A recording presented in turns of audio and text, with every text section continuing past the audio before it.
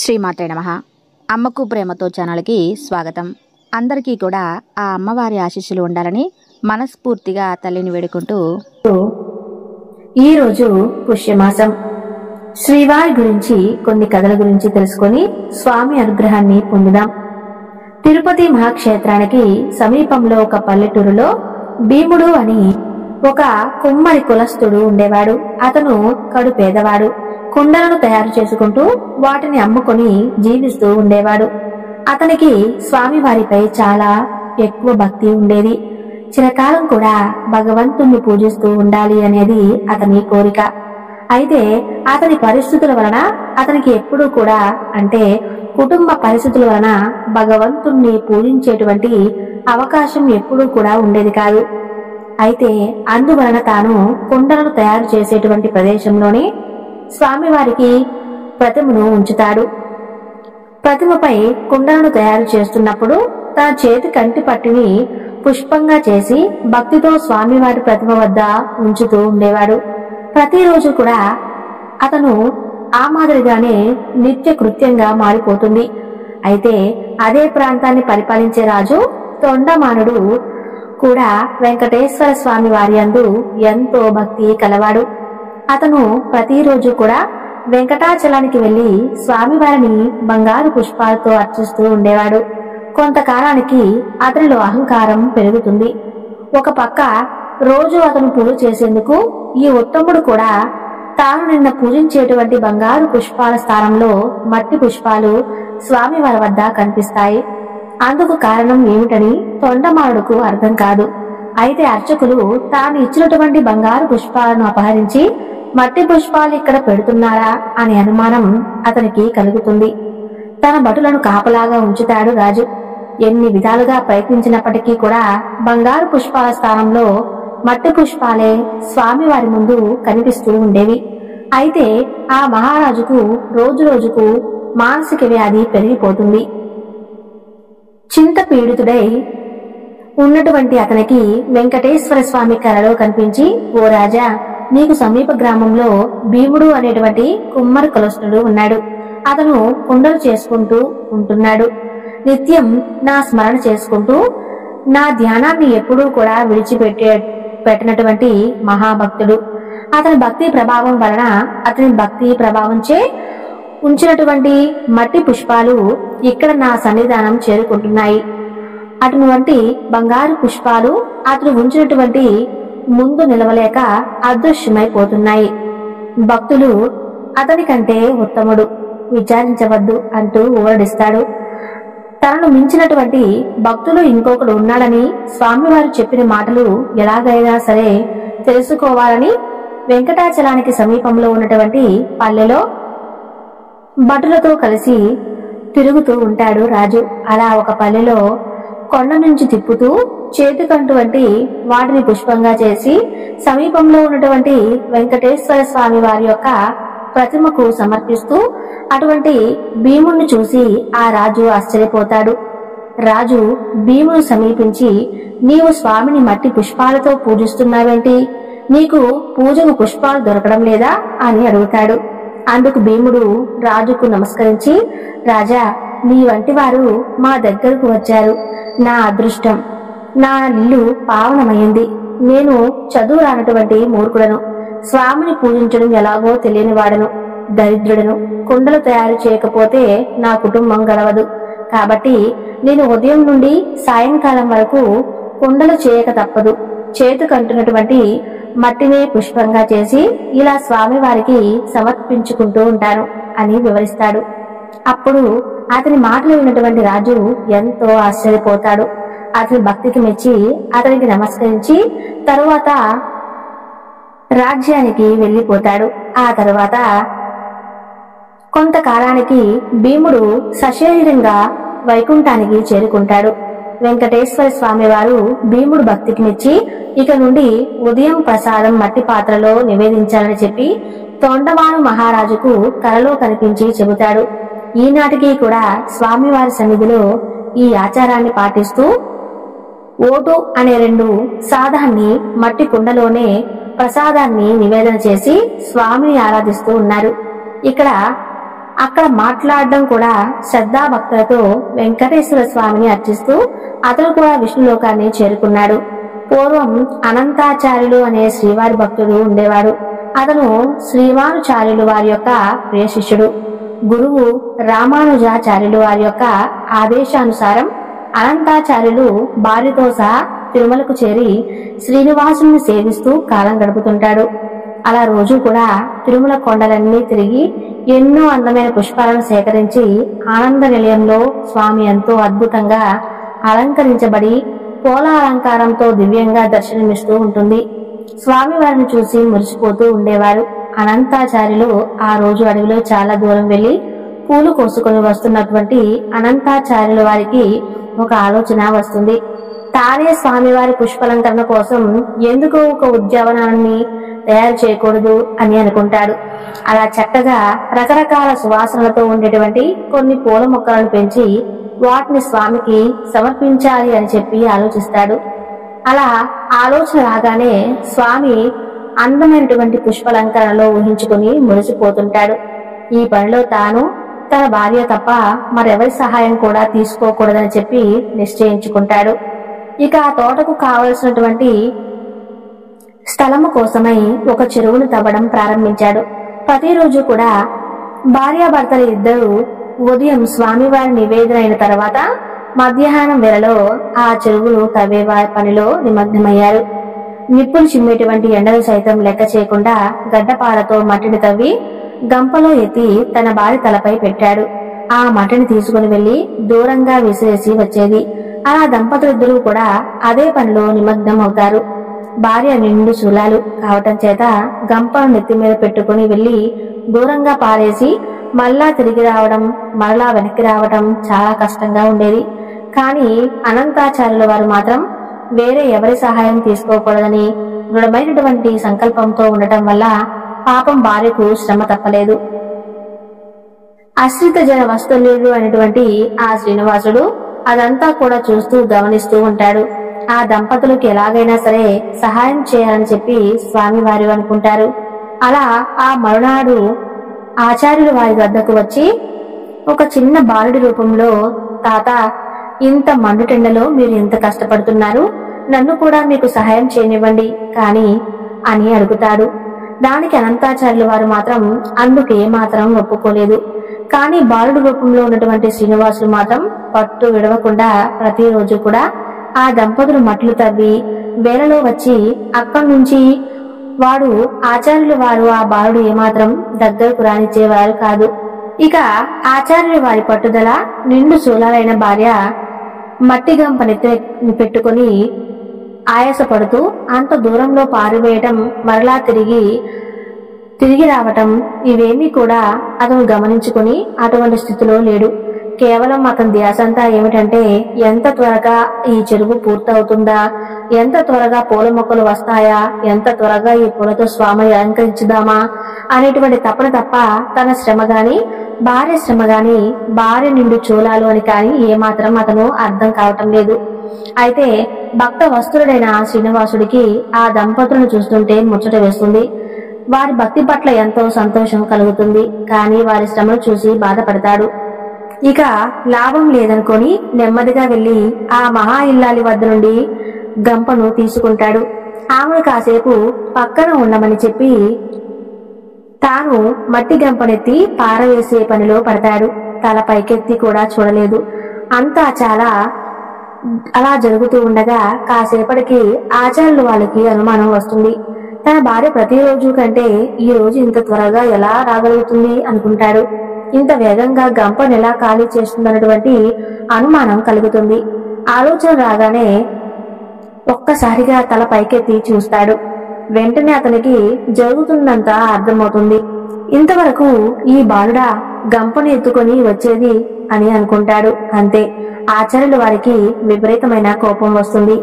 ఎంత వద్దని చెబుతున్నా వినకుండా భార్య నుండి గంపను తీసుకునేందుకు ఆ బాలుడిపై విపరీతమైనటువంటి కోపం పెంచుకుంటాడు. ఒక్కసారిగా తన చేతిలో ఉన్నటువంటి గడ్డబారును పైకెత్తి ఎందుకు ఈ విధంగా చేశావని కోపంగా అడుగుతాడు. ఇక ఆ బాలుడు చిరునవ్వుతో ఒక్కసారిగా అక్కడి నుండి పరుగు లెంకించుకుంటాడు. సమాధానం కూడా చెప్పకుండా ఆ విధంగా ఆ బాలుడు వెళ్లిపోవడం ఆచార్యుల వారికి మరింతగా కోపం తెప్పించేలా చేస్తుంది. ఆవేశంతో ఊగిపోతూ ఆచార్యులు గడ్డపాలతో బాలుడు వెంట పడతాడు. కనబడినట్లు కనపడితే మాయమైపోతాడు ఆ బాలుడు. ఇక ఆచార్యుల వారికి మరింతగా కోపం పెరిగి చేతిలో ఉన్నటువంటి గడ్డపాలను పైకి విసురుతాడు. ఆ విసురుకి గడ్డపార బాలుడికి తగిలి రక్తం కారుతుంది. మరలా మాయమైపోతాడు బాలుడు.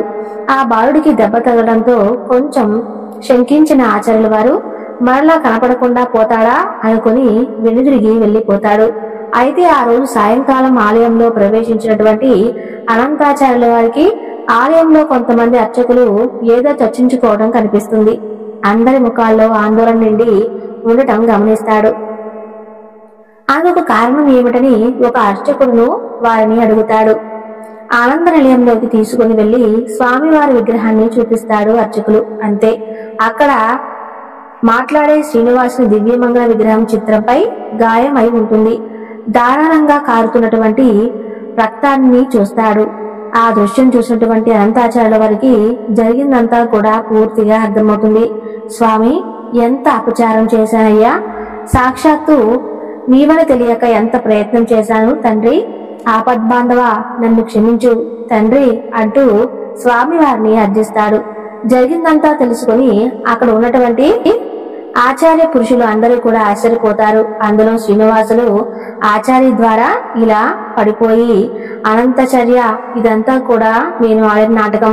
నీ భక్తి తత్పరతలను ఈ లోకానికి చాటాలని విధంగా చేశాను. నేను చేసినటువంటి లీలా విశేషం ఇదంతా నా చూపుపై గాయాన్ని గుర్తుగా మా ఇంటి మధ్య ఏర్పడుతుంది. ఆ చుక్కపై ఈ రోజు నుండి పచ్చ కర్పూరపు చుక్కను అలంకరించుకొని భక్తులందరినీ కూడా ఆనందింప చేస్తూ ఉంటాను స్వామి. ఇక అంతా చాలు, జీవితం ధన్యమవుతుంది. ఇక లక్ష నారాయణులకు ఆ పూల తోట ఎంతో ప్రాణపదంగా మారిపోతుంది. ఎంతో అద్భుతమైనటువంటి పూల మొక్కలతో, తెగలతో, రకరకాలమైనటువంటి పుష్పాలతో ప్రకృతి సౌందర్యం మొత్తానికి కూడా అద్దం పట్టేలాగా ఉండేటువంటి ఆ తోటలో విహరించాలని చెప్పి మహాలక్ష్మి దేవికైతే అత్యంత ప్రీతికంగా మారిపోతుంది. అలా వారిరువురు కూడా ప్రతిరోజు రాత్రి వేళల్లో జగన్మాత జగన్నాథుడు తోడు వనంలో విహరిస్తూ ఆటలాడుతూ మైమరిచిపోతూ ఉండేది. అనంతాచార్యుల వారు ఎంతో ప్రేమతో ఎన్నో అందమైనటువంటి పూల మొక్కలను ఎక్కడెక్కడి నుండో తీసుకొచ్చి పెంచుతుంటాడు. రాత్రి వేళలో జగన్మాత ప్రతి పూల మొక్క చెంత నిలుచుని ఆ పుష్పాల అందాన్ని చూసి మురిసిపోతూ ఉండేది. ఇక అనంతాచార్యుల వారైతే ప్రతిరోజు కూడా ఆ పుష్పాన్ని తీసుకుని వెళ్లి ఆనంద నిలయంలో స్వామివారికి సమర్పించబడి అర్చకులు ఆ పూలతో స్వామివారిని ఎంతో చక్కగా, అలాగే స్వామివారి ఉదరాన్ని కూడా ఎంతో దూరంగా అలంకరించేవారు.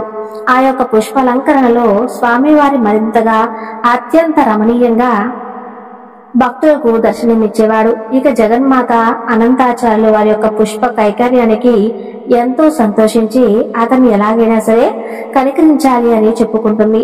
స్వామివారితో కలిసి, స్వామి, అనంతాచార్యులు మనకెంతో ప్రేమ కథగా అతనిపై దివ్య అనుగ్రహాన్ని కురిపించడం మన ధర్మం కదా అని అంటుంది. అప్పుడు స్వామివారు, ఓ ప్రియసఖి, నీకు పెట్టాలంటే ఎంత అనురాగం, ఎంత ఆప్యాయత, అతను తప్పకుండా కరుణించి అనుగ్రహం సరైందా చెప్పు. అలా రోజులాగానే ఆ రాత్రి కూడా మహాలక్ష్మి దేవి శ్రీనివాసుడు ఉద్యానవనంలో అంతా కూడా విహరించి ఒక చోట అద్భుతమైనటువంటి గులాబీ పూల మొక్కలు కనిపించగా వాటి సౌందర్యానికి ముగ్ధురాలే నిలుచుకుంటుంది. అమ్మవారు అప్పుడు స్వామివారు 2 గులాబీ పూలను తెంపి తన ప్రేయసికి ఎటువంటి మహాలక్ష్మీదేవికి సేవను అలంకరిస్తాడు. జగన్మాత పూలు అలంకరించుకుంటుంది.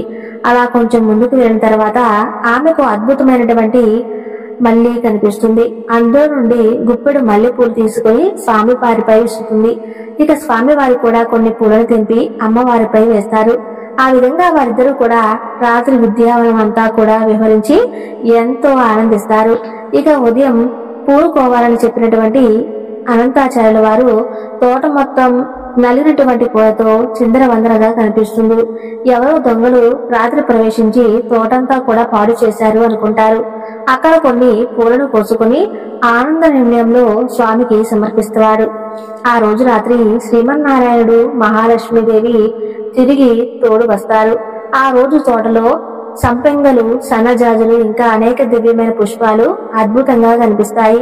ఇక దంపతులు ఇద్దరు కూడా తోట అంతా తిరుగుతూ ఆడుతూ పాడుతూ గడుపుతారు. స్వామివారిని అందమైన పుష్పాల నుంచి అమ్మవారి సేవను అలంకరించి మురిసిపోతాడు. ఆ తల్లి ఆనందానికి అవధులు ఉండవు. అంతలో తెల్లవారడంతో వారిరువురు కూడా తిరిగి ఆనంద నిలయానికి చేరుకుంటారు. ఉదయాన్నే తోటలోకి అడుగు పెట్టినటువంటి అంతా చాలు, వారి కోపానికి అవధులుండవు. తోటంతా కూడా చిందరవందరగా తుంచి వేసినట్టు పూల మొక్కలతో ఉండటంతో ఆయన ఆ దొంగలు మరలా వచ్చారని చెప్పి అనుకుంటాడు.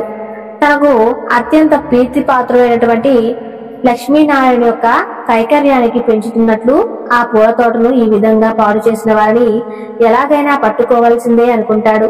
అలా రాత్రి తోటలో ఒక మూల పడుకుంటారు. రాత్రంతా గడిచిపోతుంది. చెప్పటంలో అమ్మయ్య అనుకుంటాడు. తాను కాపలా కాస్తున్నాడు కదా అని చెప్పి తెలుసుకొని దొంగలు రాలేదేమో అనుకుంటాడు. అంతలో తెల్లవారుతుంది. తోట మొత్తం మళ్లీ మాదిరిగానే ఉంటుంది.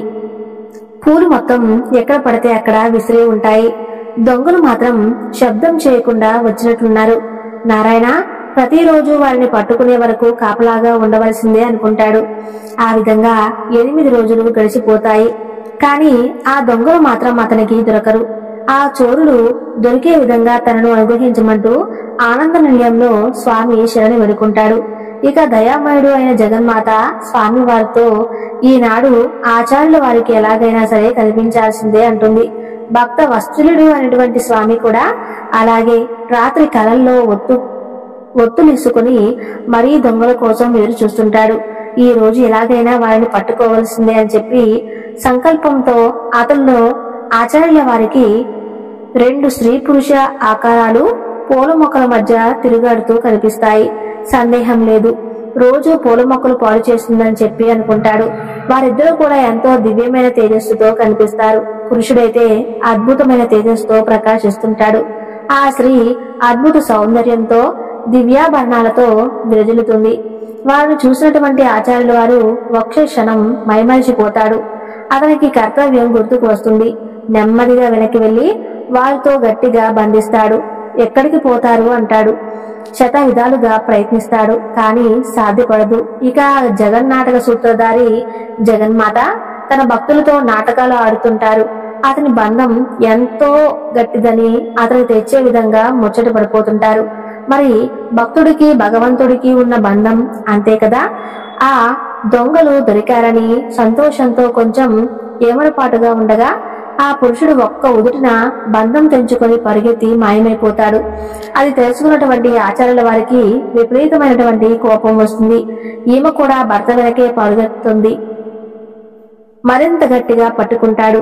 ఇక భార్యను విడిచి ఎలా వెళ్లిపోతాడా, తిరిగి ఉదయం భార్య కోసం రాకుండా పోతాడా అనుకుంటాడు. ఆమెను గట్టిగా పట్టుకొని ముందుకు నడిపించి ఆ తోటలో ఒక సంపెంగ మొక్క దగ్గర బంధిస్తాడు. అప్పుడు ఆమె తనకు విడిచి పెట్టమని చెబుతుంది. ఉదయం చూద్దాంలే అనుకుంటూ వెళ్లి కొనుకు తీశాడు. అలా తెల్లవారుతుంది. ఆనంద నిలయంలో తలుపులు తీసి అర్చక స్వాములు నిత్యష్టుల వారి నోట మాట రాదు. శ్రీనివాసులు వక్షస్థలంపై ఉండవలసినటువంటి జగన్మాత బంగారు ప్రతిమ కనిపించకుండా ఆందోళన చెందుతారు. ఏమిటి వైపరీత్యం, ఇంతటి విపరీత బుద్ధి ఎవరికి పుట్టింది అని అనుకుంటారు. అప్పుడు శ్రీమన్నారాయణుడు ఆకాశవాణి రూపంలో ఇలా పలుకుతాడు. మీరేమీ బాధపడిన అవసరం లేదు. నా ప్రేయసకి అనంతాచార్యుల వారి తోటలో బంధింపబడి ఉంది. మీరందరూ వెళ్లి ఆమెను సగౌరవంగా తీసుకురమ్మని చెబుతాడు. వెంటనే అర్చకులందరూ కూడా పరుగు పరుగున తోటకు వెళ్ళగా అక్కడ సంపంగి మొక్క దగ్గర బంధింపబడి ఉన్నటువంటి మహాలక్ష్మి బంగారు ప్రతిమ కనిపిస్తుంది. జరిగిందంతా తెలుసుకుని ఆశ్చర్యపోయారు. తనకు ఏమీ తెలియదని అర్చకులతో మొరపెట్టుకుంటాడు. అప్పుడు అర్చకులందరూ కూడా అనంతాచార్యులతో సహా అలివేలు మంగమ్మను పలు విధాలుగా స్తుతిస్తూ ఒక పూలగంపలో పెట్టుకుని ఆలయానికి తీసుకొస్తారు.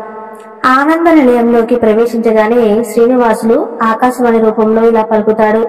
అనంతాచార్యులకి నాకు పూల తోటలో తెచ్చినట్లు నీకు కన్యాదాతవై నాకు మామగా నిలిచావు. నీ యొక్క పుష్ప కైకర్యానికి మేమిరువురు కూడా ఎంతో ఆనందించాము. ఇదంతా కూడా మేము చేసినటువంటిదే అని అంటాడు. అప్పుడు ఆ పొలంలో నుండి అమ్మవారు క్షీర సముద్రతను తిరిగి యథాప్రకారంగా శ్రీవారి వక్షస్థలాన్ని అలంకరిస్తుంది. అనంతాచార్యుల వారి జన్మ ధన్యమవుతుంది. జగన్మాత మహాలక్ష్మీదేవికి అలాగే శ్రీవారికి తన భక్తులంటే ఎంతో అనురాగం, ఆప్యాయత. చూశారు కదా, స్వామివారిని నిత్యం మనం కొలుచుకుంటే స్వామివారు ఎప్పుడు కూడా మన యందే ఉండి మనకి కష్టం రాకుండా చూసుకుంటారు. ఈ వీడియో కానీ మీకు నచ్చినట్లయితే తప్పకుండా లైక్ చేసి మన ఛానల్ ని సబ్స్క్రైబ్ చేసుకోండి. Thank you.